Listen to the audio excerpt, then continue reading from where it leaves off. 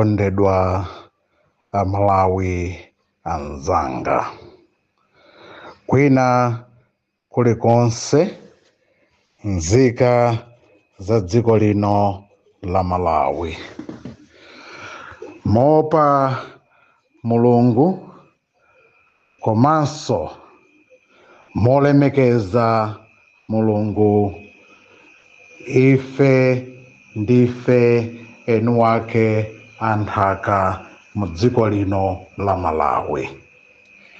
Ndipo dziko la Malawi lelo pa Oktoba 1, tsiku loyamba la mwezi wa Oktoba, timafuna choyambirira ndi wauze abusa amene amadzitchula kuti ndi abusa achakwera. Abusa kaya mwabwerako kumene munapitako, kaya mudakali komweko ku United States of America, ku New York, kaya muli kuti, we don't care. But all that you need to know, you were employed by us ngatidi boma lolanda kukwaniritsa zimene Amalawi amembekezera mwa ino. Nzika za dziko lino la Malawi pozindikira kunena kuti sangamangokhala, being patriotic citizens, being honest citizens, being very passionate Malawians, they have had no choice but to recommit themselves, kudzipeleka kuti aonetsetse kunena kuti Malawi dziko ndi lathu, dziko lino silobwereka, ndipo nzika sizingamangokhala, koma nzika zizikhala very proactive in different sectors, kandi kumaminda, kandi kwina kulikonse ma businesses ang'ono, kaya ndi malonda opita uku ndi uku, sungamangokhala. Ndipo ngatidi munatenga dziko li ndi boma molanda, mwalephera kukwaniritsa. Abusa achakwera, ife ngati nzika za dziko tikukuwuzani kuti mutule pansi udindo, ndipo Malawi wakukanikani, ndipo wachita yekha kudziwa kuti inuyo you have failed a Malawian. Ndipo chifukwa cha ichi nzika za dziko zikulephera to access medication kuchipatala, akusowa mankhwala mzipatala, ndipo ma potholes amene akuvuta, amene akusowetsa mtendere mayendedwe, akupangitsa imfa zochuluka. Ndipo inuyo ndi amene mungathe kuyankha kwa nzika za dziko, kodi imfa ya olemekezeka Bambo Saulos Klaus Chilima, mzimu wawo utse mu mtendere, idachitika, imfa idachitika bwanji? Ndipo udindo wanu wa inuyo mmene munalandira boma mwakwaniritsa chani kunzika za dziko? Ndipo wina asayankheso, ndipo ndiwauze ena onse amene amadzitchula kuti ndi andale, they have failed to provide all what Malawians were looking for. Nonsenu tonani amene mukudzitchula kuti kaya ndi Capital Hill, Capital Hill, Mai Corinne Zamba, boma lolanda, muwapangira makwaniritsa chani Mai Corinne Zamba? Ndipo chifukwa cha ichi you have failed Malawians miserably. You have failed and you have cheated Malawians, and you are busy frustrating in all business fronts. Malawi akusowa ntengo ogwira. Inuyo Mai Corinne Zamba ndinu munthu mmodzi ochititsa manyazi.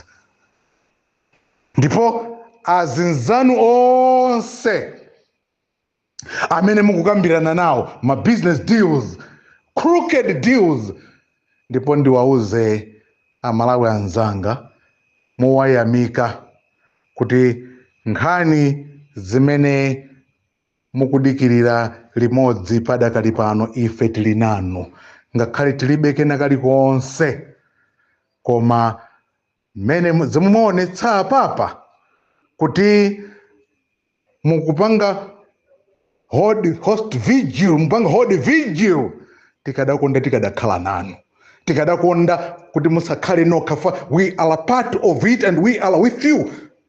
Maphunzitsi amene kandi ku secondary, ku nazale, kandi ku primary, kandi ku secondary school, kandi ku university, kandi any other vacation, koma mukutumikira kuthandiza kuti simungangokhala kwa muonetsetse kuti you're being most proactive in saving the interest of the nation by working, by not being too idle, but saving citizenry by creating jobs. Chifukwa mukamapanga china chilichonse mukuthandiza kuti dziko lipite chitsogolo. Dziko silingamangokhala. Ndipo the worst person, munthu woyipitsitsa, amene wasokoneza kuti dziko lipite chitsogolo, ndabusa achakwera. Abusa achakwera. Abusa achakwera. You are one person amalawi sitidza kukhululukirani. Ndipo amalawi, let us all collectively stand up. Tientonse tidzuke. Wake up, dzuka Malawi, dzuka. Ngati mene amanenera Right Honorable Atupele Muluzi. Dzuka Malawi, dzuka. We shouldn't just be too quiet, neither too idle. Let us all stand up. One of the clips, pama clip in ngati kulupira kuti ngati ikuoneka bwino, ndikulupira kuti mwina you'll be able anthu kuona mzimayi komanso mwina munthu wina akuonetsa ma business frustrations ake kuliuza boma. Ili si boma soyi ayi. This is not a government. Chakwera is not running government. Chakwera is a failed man. He has failed, he has cheated Malawians, and we cannot condone kumulisirira apitilize cheating Malawians. Dziko linolo, we should not condone that. We shouldn't condone Chakwera to keep on cheating you and me. Look at the economy. The economy has completely collapsed. Dziko linolo, Malawi's economy, collapsed economy. It is a collapsed economy. Dziko lomwe economy yake, chuma chake, palibe chimene mungaloze kuti chikuyenda o chikupita chitsogolo. Ndipo chifukwa chaichi ndiwapemphe onse okhudzidwa amalawi kwina kulikonse pamusanje tochitipa nkhotakota tumchinji Mwanza tukaronga Blantyre uno Kasungu Edingeni kujenda huko tikafike kumzuzu tikafike kunkhata bay tipiteso kwa bwenzi ndanasi kulikoma island ndipo zokuti nyanja yathu inuyo achakwera mukunena kuti nyanja yathu mwasiye simufuna kugulitsa ndibodza la nkunkhuniza inu ndi munthu wakuba ndipo sitikulolani. You must be arrested. Amalawi, we should not condone Reverend Chakwera simbusaso kuti tingampatseso mpata wina uli wonse chifukwa anali mmodzi mwa anthu osaukitsitsa ngati inu ndi ine. We have been the poorest of the poor. Ndipo ngati anthu timayenda wapansi, ine I am one of them. Ndine mmodzi mwa anthu amene ndilibe chochita ndilibe mtengo ogwira ndipo ndimayenda ndimakhala wapansi ndimakhala ovutika ndipo palibe tikupeza chochita mankhwala akusowa mzipatala madokotala tikulephera kuti kodi tingathe kuwadalira kapena kuwathangata bwanji chifukwa ndi omwewo amene ife timawadalira ndi omwewo amene ifenso timayembekezera kuti tipite tikavutika mutu litsipa mutu wathu kawawa we rush to them ndi amene madokotala manurses clinical officers kaya wina aliyense kuchipatala kaya ndi kwina kulikonse m'dziko lino la Malawi so long ndi dziko lathu la Malawi tinayenera timayang'anira kwa inu ndipo tinayenera kuti ife tithandizidwe ndi inu mapotholes a Malawi muno malonjezo a abusa achakwera palibe olonchimodzi chomwe munganene kuti ndidakupangiraniza chifukwa chakuti ndidasiya apa ndipo ndafikira pano palibe abusa achakwera you are the cheating person you have cheated Malawian Michael Zamba ndi ena onse azinzanu amene mumatchula kuti amboma amene mukuthandiza kuononga chuma cha dziko nonsenu you must rot in jail mupite kundende chifukwa muononga dziko lathu ife tinamangidwa ife we've been arrested for no apparent reason mpaka na lero tili ndi warrant of arrest mpaka na lero munene abusa achakwera ngati bile banda akunama inu ndinu munthu wabodza tionani mudapha Saulos Klaus Chilima for no good reasons ndipo maphandu angati abusa achakwera how many people have you killed how many people have you slaughtered and how many people have you cheated na anthu angati adasowetsedwa we can't condone that we can't ndi chifukwa chake mundilole ndipemphe Professor Arthur Peter Mutharika you are not the former president anthu amanena kuti you are the former president koma muzindikire kuti ili ndi boma lolanda pa 21st May ndi pamene boma ili linayenera kutha ndi a new regime boma lina likadayambanso chifukwa ndi mmene malamulo amayenera kutsatilidwira the constitution of the republic inayenera kutsatilidwa ndipo kulemekezedwa koma chifukwa chikuti boma lolanda akupanga zinthu zofuna kusangalatsana which is very unfortunate we need a constitutional court to look and review some of these things and we need you Chakwera to step down we need the Chief Justice atule pansi we need Colin Zamba atule pansi we need all people atule pansi maudindo awo chifukwa they have failed to saving Malawians and we can't keep on trusting you because you have failed Malawians and you will never at any point give or render any service to us Amalawi anzanga tigwiraneni manja tithandize ndi kuteteza dziko lathu dziko la Malawi ndibwerenze sitinabwereke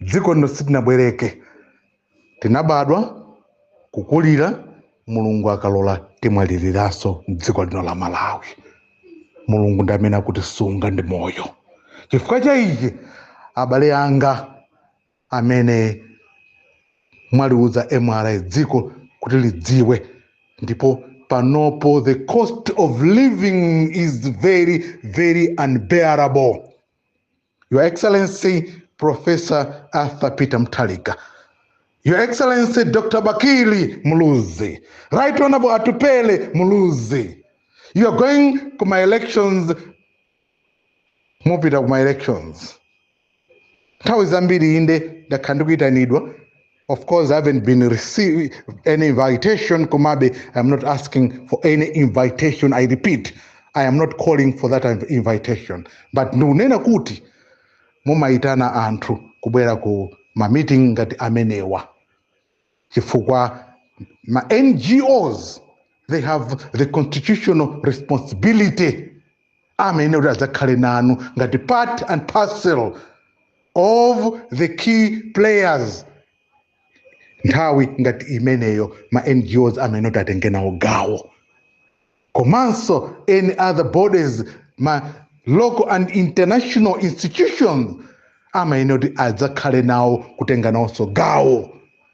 Malawi Watch ndi bungwe lomwe lakhala kwa nthawi yayitali, well accredited institutions by many bodies, local and international bodies who have been accredited and have been taking part locally and internationally. Owing to the same, we are saying Malawi Watch wish you well.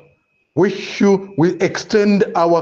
convey our heartfelt gratitude to you, and we wish you a very successful meeting as you congregate, as you successfully meet.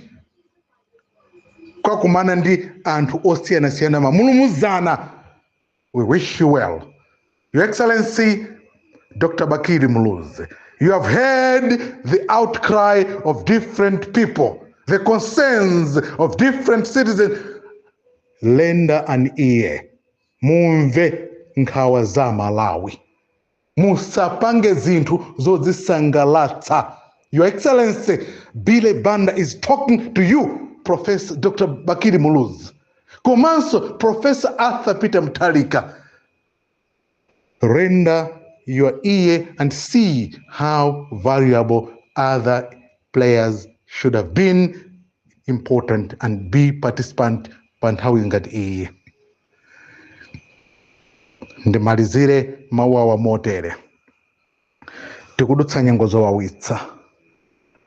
Tikudutsa nyengo zowawitsa. Tikukumbukira imfa yosayembekezereka yothodwitsa, imfa ya malemu Saulos Klaus Chilima. Amayi ndi abambo, let us all stand up every other day, tsiku ndi tsiku, if not every hour. Let us all stand up and convey our heartfelt condolences to the late Saulos Klaus Chilima. Komanso tisaiwale. Let us all share our strongest grief to Madam Mary Chilima. Madam Mary Chilima, just like many other colleagues and comrades, they are sharing the grief with you, Madam. Ndipo ndipemphe sitikutoti ngapange bwanji koma chikukomereni, Right Honorable Madam Mary Chilima. You have you might have friends, you may know one or two few individuals. Titandizeni any support imene ingathe kupezeka, and it should be known publicly kuti the support that may come tiwathandize anzathu awa akupanga organize MRA function kuti nawonso MRA misonkho ya Malawi, misonkho yathu Malawi tikuzunzika, ndipo misonkho yathu isatengedwe kumotengedwa kuti ikubedwa ngati mene kubedwera akubera achakwera. Misonkho tinenera kuti we are not tisatenge ngati kuti akutibera ngati mene zikukhalira pano chakwera waba. Ndi bwino pakhale a special committee imene itayang'ane nkhani ya za misonkho yathu. Ndipo misonkho ya abale ndi anasawa kudandaula ndiyoona ndithu amvereni ndipo pay attention to their grievances. Nkhani imene ya wina aliyense ndipo pano bwezi tikulipira mwina 30 kwacha tikanamalizira 30 kwacha than 100 kwacha imene akulipira. If not, we're paying more. Dziko la sochera chifukwa chakuti abusa achakwera is a thief, ndiwokuba. Tonani Michael Zamba sizi kwakhudza alibize kumakagawa $, at our expense. Zona ndi matindana amene ali ku road traffic, akumina muzayendetsa za misonkho nanga ena aku agriculture Is that fair?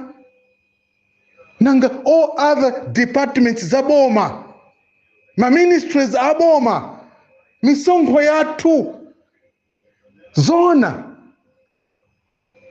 This is public theft. Public theft. It is clearly exhibited. Highest public theft is on the highest degree. Public theft is so much higher and rampant. And we can't condone this. Chakwera, you are a thief. And publicly, Amalawi atopananu, you must step down. Ndipo amene amanditukwana ine kapena kutukwana my fellow colleagues and comrades like Bon Kalindo, Mtanyi wa Mtolo, my colleagues from Bakiri Mluzi Television, my colleagues Richard Mpepo, and all other colleagues and comrades, let us all not be ashamed. Tisachite manja, tisachite manyazi, koma tigwiraneni manja, titumikire ndi kuchitira bwino dziko lathu. Mchinji border, we should, ngati awakupitiliza, we can close the border of Mchinji. We can close the border of Dedza. We can close Mwanza border. We can close the Mulanje borders. We can close all other borders of this country. For it is us who are suffering. Misonkho yathu ikuonongeka. We don't need it, and we should not condone. And fellow colleagues and comrades, amene mwakadandaula ku MRA mukudandaula so kwa ifenso tilinano. Ndipo chifukwa chechi, let us come out collectively. Tibwere tonse pamodzi, tigwirane manja kuteteza dziko lathu chifukwa akutibera ndi Reverend Chakwera amene waonetsa kuipa kwa mtima wake. Kuipa kwa mtima kwa Chakwera sadzasintha, sadzateka. Ndipo chifukwa chechi, he must be arrested. And ifeyo ngati nzika za dziko, we must tell citizenry kuti munthu huyu amangidwe. Chakwera must be arrested. Whoever is a public officer amene wapitiriza kuti unongera dziko lathu must face the law. He is not above the law. All other people are not above the law. Gotani Hara, you are not above the law. Gotani Hara, Catherine Gotani Hara, you are not important, neither above everyone. Mitogoze anthu amene akuyesetsa kuima ndi nzika za dziko mnyengo yowawitsa ngati. Chifukwa chaichi, we will stand up with you, but also stand with us. We are facing so much critical challenges. Koma mutigwire dzanja, mutithandize. Render a hand, render an ear, and listen to our call. Ndipo chifukwa chaichi, Dr. Atupele Mluzi, Dr. Bakiri Mluzi, Your Excellency, musadzione kwa inu nonka mbali yanu, kwa muyang'ane mene akulilira Amalawi, mene azimayi ndi azibambo aku United Democratic Front alankhulira. Ndi dandaulo lomveka, ndipo ndi bwino mumvere nkhawa zanzanu. Ndipo Amalawi, let us support each other, let us hold hands and dutifully do what is supposed to be done in the very best interest of this country. Dziko linolo ndi lathu, silobwereka. Tigwirane manja, titeteze ndi kuombola dziko lathu. Chifukwa Malawi wasochera. Mulungu akhale nafe, inshallah. Mulungu wakumwamba, tigwireni dzanja. Mukhale nafe, ndipo mutichitire chifundo. M'dzina la Atate, dzina la Mwana, komanso dzina la Ambuye Mulungu wakumwamba tipemphera.